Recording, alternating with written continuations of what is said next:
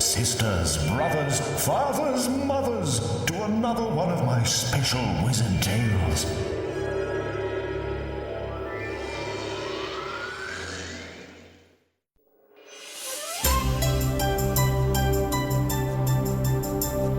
Beauty and the Beast.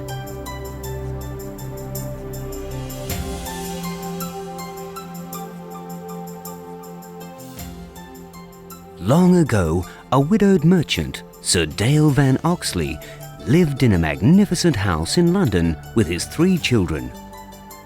His 2 daughters were both lovely to look at, but very different in spirit. Roanna was hard and selfish, while Beauty was kind and sweet. His son, Julius, was a lazy young man who spent his days gambling with his friends. Sir Dale owned a fleet of sailing ships that plied the oceans of the world, trading fabulous cargoes of gold, silks, and precious jewels.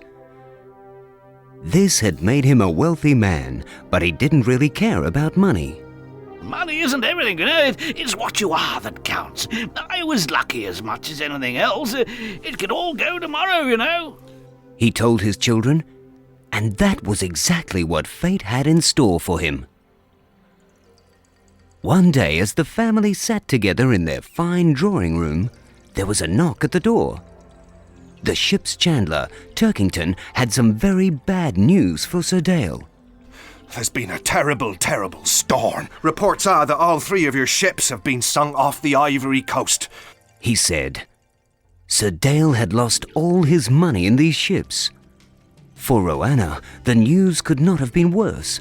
Overnight, she had become the daughter of a poor man, and her dashing fiancé broke off their engagement. I was going to be a banker's wife. How could he? She wailed. And for poor Julius, who had never done a day's work in his life, the news was just as bad. I'll have to find work, he stammered.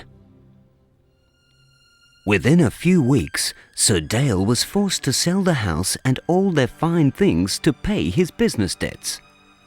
He rented a small country cottage that was to become the family's new home. His sweet daughter Beauty tried to make the most of their changed circumstances. I will grow beautiful flowers, she said.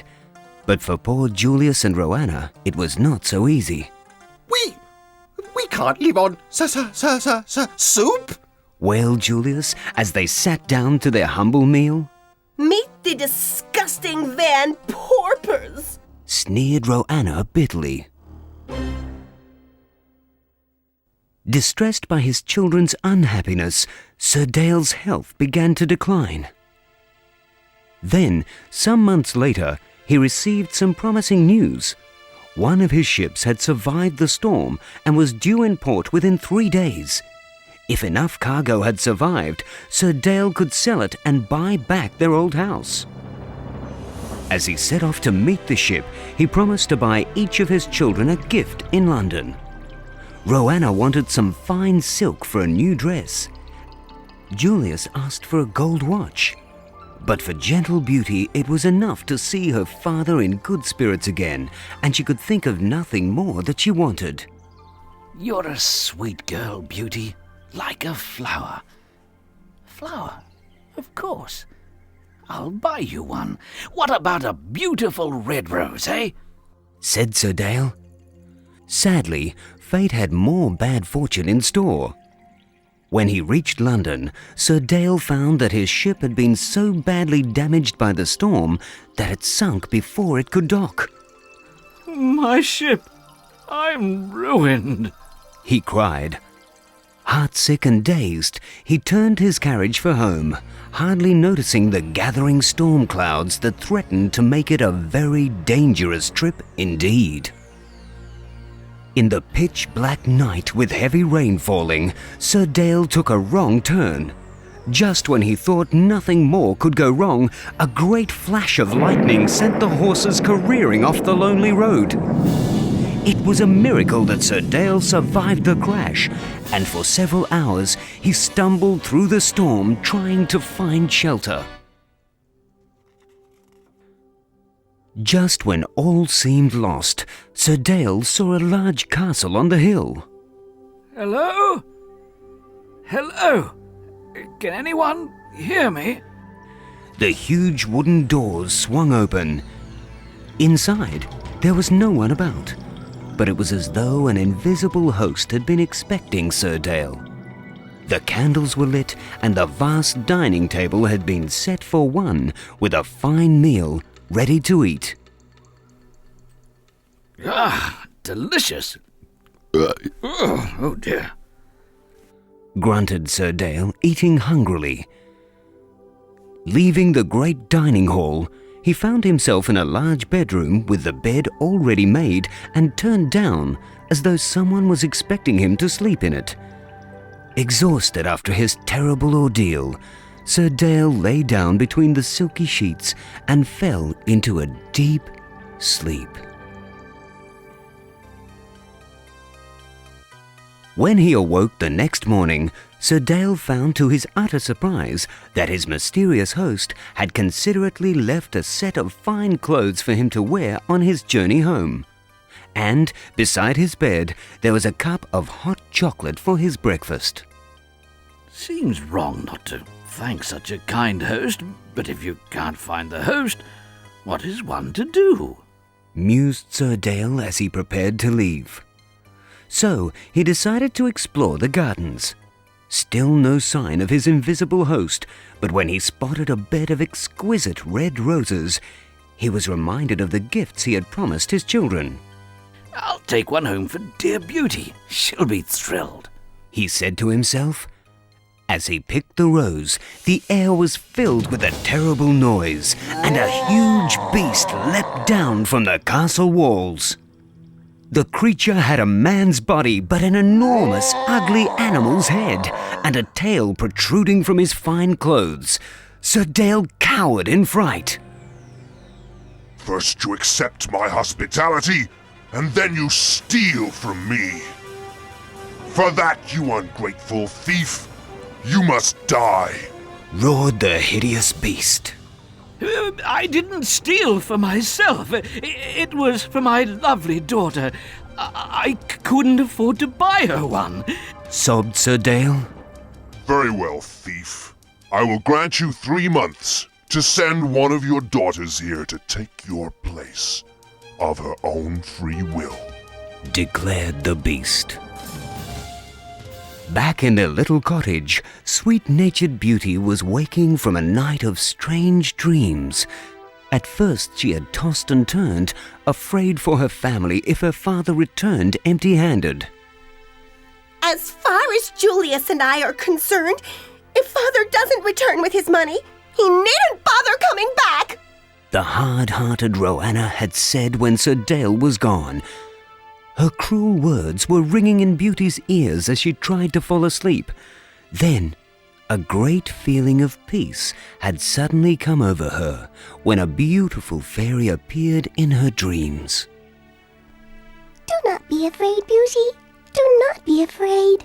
The true face of love will be revealed. Great joy awaits you, said the fairy kindly. But Beauty soon forgot about her comforting dream as she listened to her father's sorry tale. So you mean we're still poor? Cried Julius, thinking only of himself. Why didn't you steal something valuable, Father, like silk or a gold fob watch for Julius and me, instead of a wilting old rose for Beauty? Demanded greedy Roanna. I'll go to the beast in your place, Father, offered Beauty quietly. She was determined to go back to the castle, knowing that the beast's magic could kill her father. Unable to deter her, Sir Dale resolved to go with her to make sure that she was safe. Sir Dale and his daughter returned to the castle just a day short of 3 months later. It was as if the beast knew to the minute when they would arrive. Once again the candles were lit, the great dining table was set, and a fine meal served.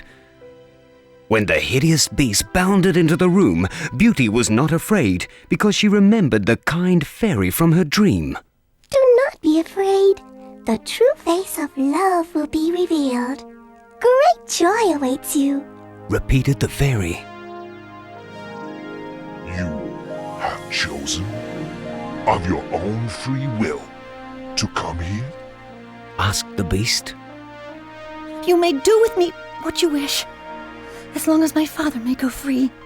Replied Beauty bravely. That night, Beauty went to sleep with the fearful words of the beast ringing in her dreams.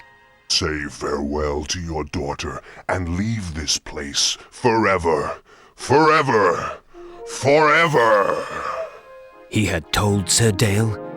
But as she tossed and turned, a great feeling of peace came to her, and she heard the kind fairy's voice again. Dear Beauty. Only someone as pure of heart as you would die for their father. Do not be afraid. Said the fairy. The next morning, as she said goodbye to her distraught father, those words gave her strength. No harm will come to me. I'm certain of it. Now go. And have faith, dear father. Please. She assured him. After her father departed, the beast remained invisible. Yet there were signs everywhere that he was watching over Beauty. Books appeared to keep her from feeling bored, and a harpsichord for her to play. In her room, she found trunks of beautiful clothes and new shoes, even jewelry. She was free to go wherever she pleased in the castle and its grounds, and she soon realized that the beast did not intend to harm her. Otherwise, he would not have been so kind.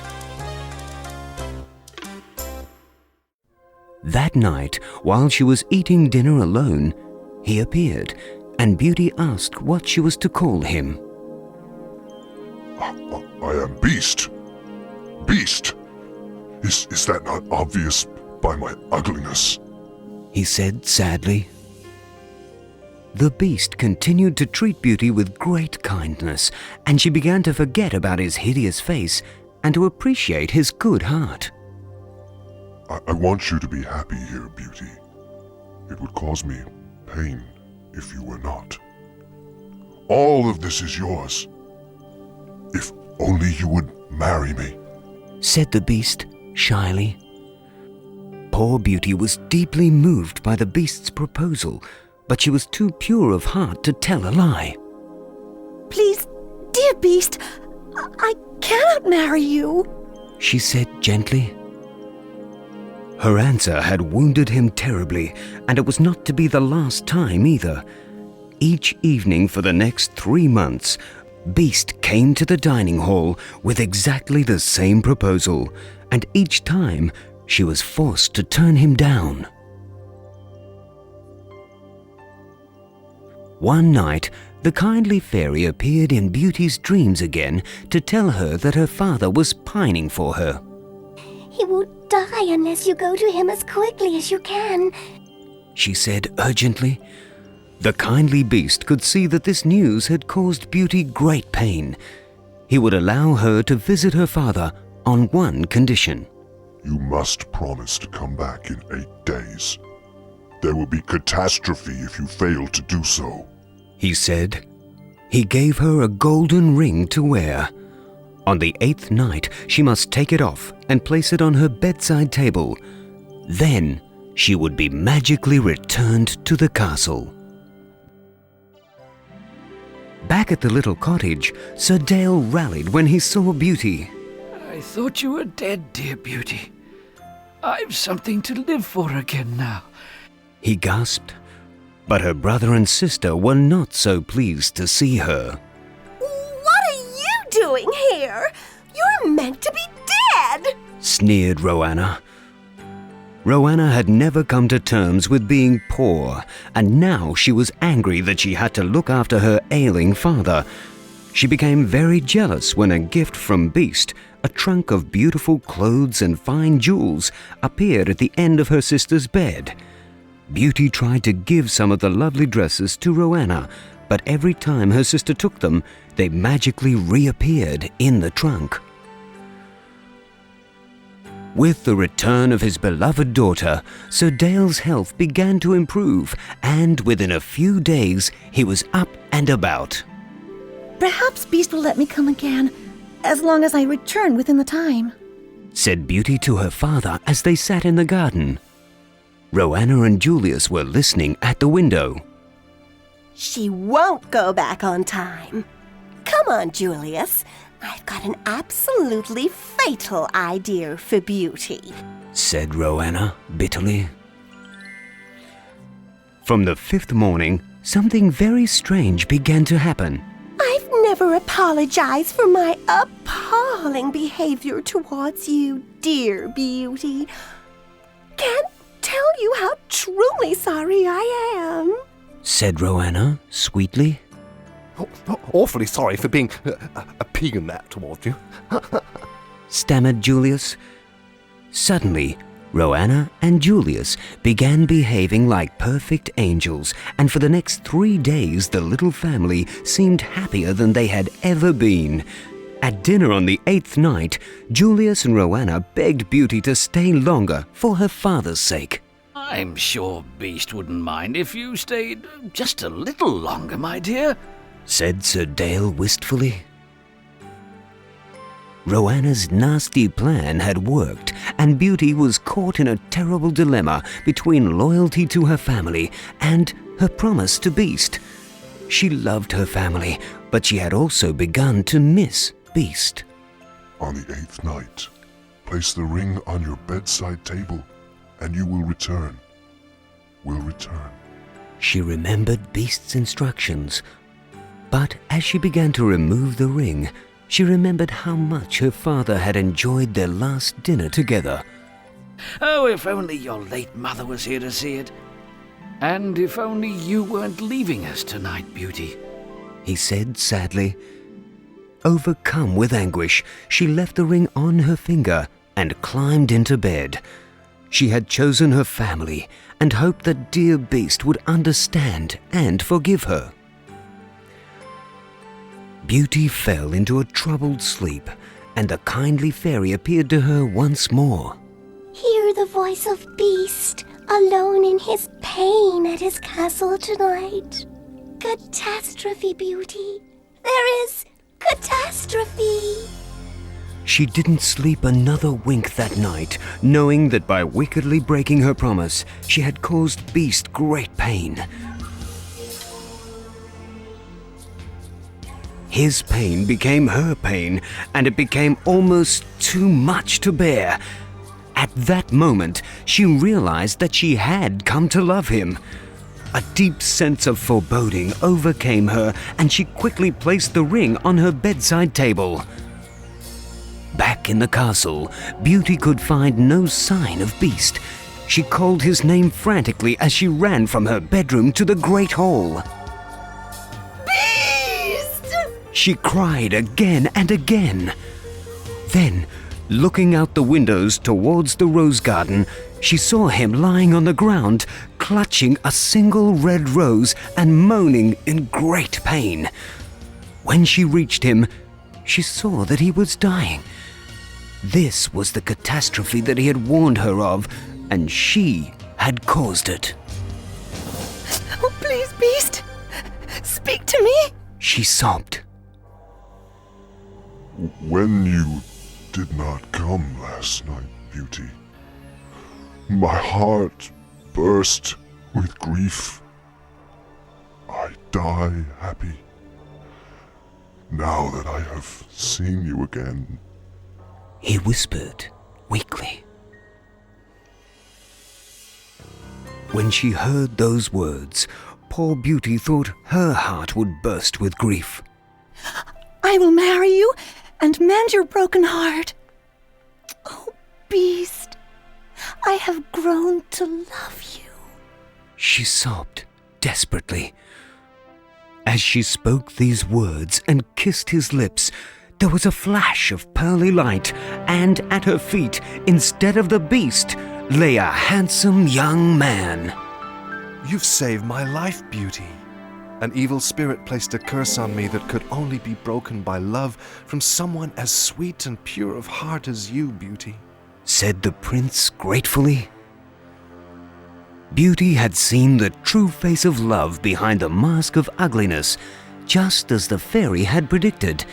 She and her prince were married in the castle as soon as the arrangements could be made.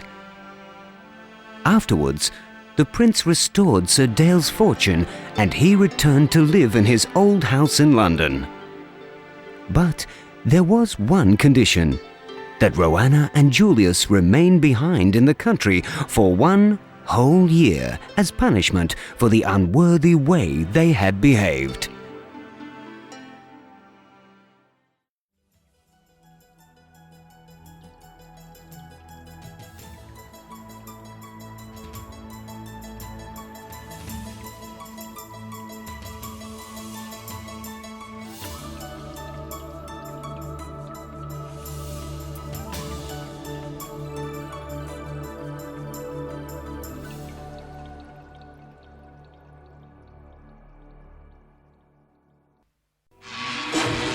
And thus another fine wizard tale concludes. Sisters, brothers, fathers, mothers, join me again soon for another classic tale. Won't you?